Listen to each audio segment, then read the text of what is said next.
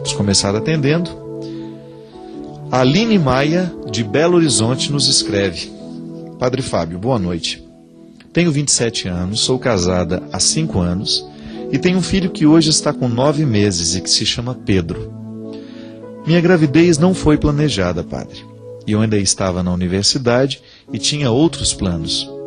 Fiquei muito apreensiva por causa da vida corrida que levo, mas passaram os meses e em 11 de janeiro de 2010 veio ao mundo um menino lindo que, ao olhar para mim, foi como se já me conhecesse. Mas naquele mesmo dia, algumas poucas horas depois do nascimento do Pedro, todos os meus planos e tudo aquilo que eu acreditava e esperava desapareceram. Uma pediatra adentrou o quarto na maternidade e me disse que meu filho era portador da síndrome de Down. Não sei nem mesmo contar o que se passou em meu coração, padre. Chorei desesperadamente e me senti só. Completamente só. Quando saí da maternidade com Pedro no colo, eu tinha uma certeza no meu coração. Eu amava o meu filho, mas também tinha o sentimento de que eu deixava algo para trás. Depois que o Pedro nasceu, me pergunto, por que Deus permitiu que isso acontecesse? Por que com o Pedro? Tudo será mais difícil?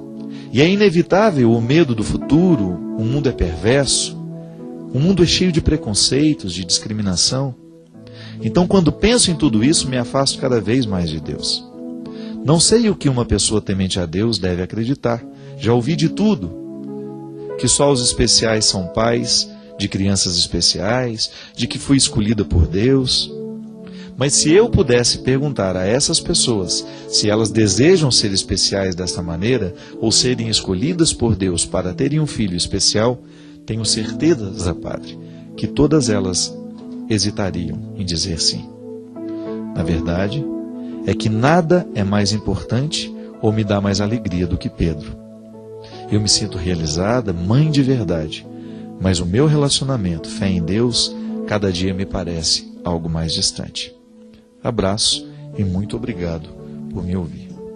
Obrigado, Aline, obrigado pela sua confiança em nos repartir um sentimento tão difícil, né? Tão duro. Primeiro, parabéns pela sua coragem.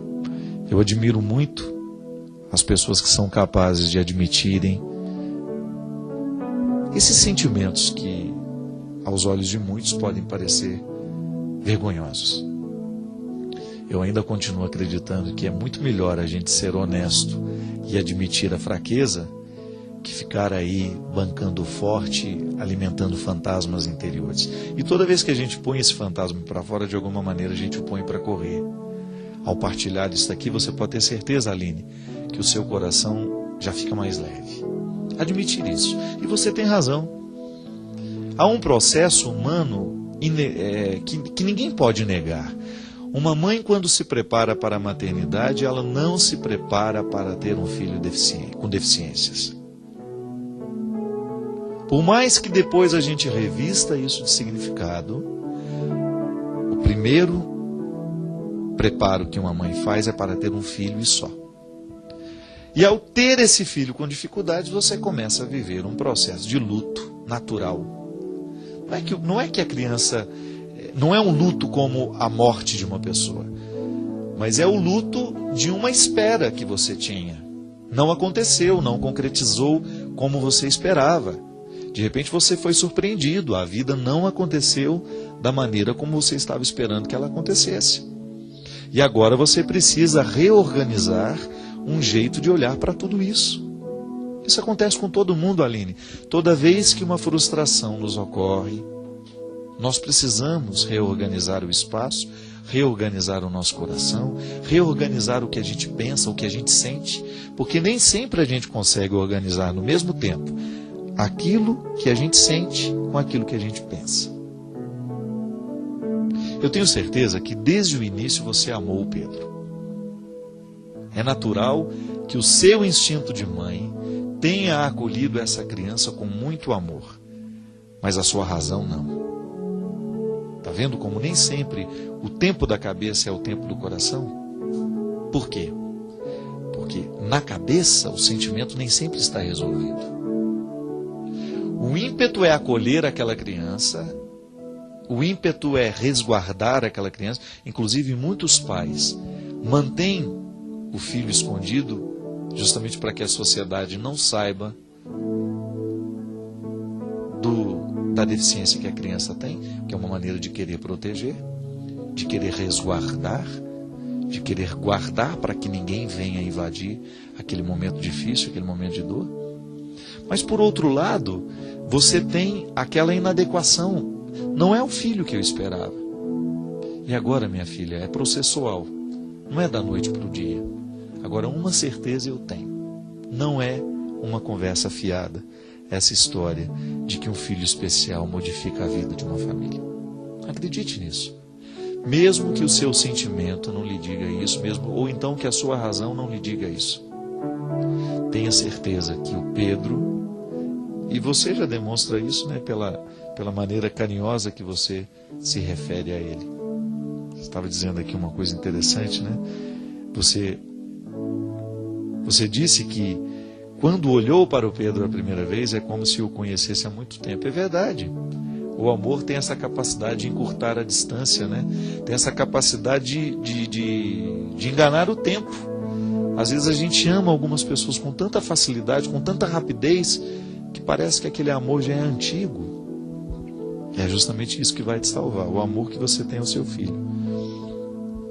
Permita que o amor que você tem por ele seja capaz de calar essas perguntas bobas que você faz. Por que o Pedro não nasceu especial? Nós nunca vamos ter essa resposta, minha filha, nunca. Por mais que a gente queira, nós não vamos encontrar essa resposta. Agora, você pode descobrir no seu trato com o Pedro que ele é especial e acabou. Mas nada precisa ser respondido. E aos poucos você vai ajeitando essa vida dentro de você. Você reposiciona a sua maternidade. Volto a dizer, toda mulher, quando vai fazer a experiência da maternidade, salvo uma ou outra exceção de pessoas que de repente já têm a desconfiança que pode ser mãe de uma criança especial, elas não se preparam para essa maternidade, para esse tipo de maternidade. E que sem dúvida é muito exigente, porque você acaba tendo que lidar com esta precariedade que você descobre em você. Porque ao reconhecer que o filho tem uma deficiência, você reconhece as suas deficiências. E o mais duro talvez seja isso. A deficiência do filho mostra a deficiência do nosso coração. Já parou para pensar nisso, Aline? Que a síndrome de Down do Pedro acaba apontando em você uma fragilidade na sua capacidade de amar, na sua capacidade de acolher essa criança. Não é assim? Ao não saber lidar com a fragilidade do filho, eu acabo tendo essa deficiência dentro de mim. Porque o Pedro está reconciliado com ele mesmo. Ele nasceu especial. Agora é interessante porque é muito natural que na vida a gente queira proteger os nossos filhos de todos os sofrimentos do mundo, né? Eu acho que se eu fosse pai, eu seria um pai terrível. Porque eu tenho uma característica muito acentuada em mim. Eu protejo muito os que eu amo. E muitas vezes, na tentativa de proteger, você acaba privando o outro do seu crescimento. Agora, o que você precisa fazer, minha filha, é retirar de dentro de você este medo, é trabalhar esta ansiedade dentro de você e criar um espaço amoroso para o seu filho, que é isso que ele precisa. Fazer com que o seu amor por ele, o amor do seu esposo, dos irmãos, da família, possa ser maior que qualquer outro preconceito que possa existir no mundo. O mundo é preconceituoso? É. Mas toda vez que nós criamos um espaço amoroso para os nossos filhos, de alguma maneira nós neutralizamos o poder deste preconceito, porque a gente não vai permitir que ele entre dentro da nossa casa e a gente vai criar o nosso filho para que ele crie imunidade contra todos estes preconceitos. E na verdade a criança especial nem sofre tanto. Sofre muito mais nós que estamos do lado, porque já temos os nossos preconceitos. A criança não. A criança não. Nós temos uma pessoa muito ligada a nós, que é especial, que é a Analice. irmã da Léo, lá da Talentos. Se você conhecer a Analice, você vai ver o que é uma pessoa de bem com a vida. Ela é especial, tem síndrome de Down também, mas é uma menina que trabalha. É uma menina que se produz o tempo todo. Ela se acha bonita e ela faz questão de dizer que é bonita. Por quê? Foi bem educada. Recebeu da família a dose correta de amor, que gerou nela uma confiança, que a coloca diante do mundo assim: eu sei quem eu sou, eu sei do meu valor, e o seu preconceito não é nada perto do que eu sei sobre mim mesmo, sobre eu mesmo, sobre mim mesmo. O preconceito do outro só tem poder sobre nós quando nós não estamos seguros de nós mesmos. Aquele que está seguro de si mesmo tem muito mais facilidade de lidar com o preconceito e até mesmo de paralisar, de neutralizar o poder desse preconceito na sua vida.